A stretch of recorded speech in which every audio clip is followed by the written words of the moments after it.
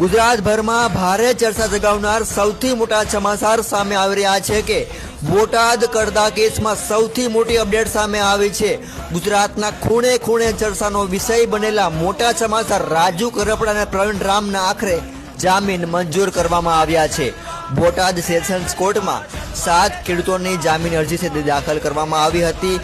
રાજુ કરપડા અને પ્રવીણ રામ સહિતના જે અન્ય આરોપીઓ હતા તે લાંબા સમયથી જેલવાસ ભોગવી રહ્યા હતા અને તેઓ બોટાદ કડદા કેસમાં તેઓની ધરપકડ થઈ હતી। લાંબા સમયથી જેલવાસ ભોગવી રહ્યા હતા અને આખરે આ 7 લોકોની જામીન અરજી છે તે મૂકવામાં આવી હતી અને આજે બોટાદ સેશન કોર્ટ દ્વારા આ તમામ લોકોના જામીન મંજૂર કરવામાં આવ્યા છે।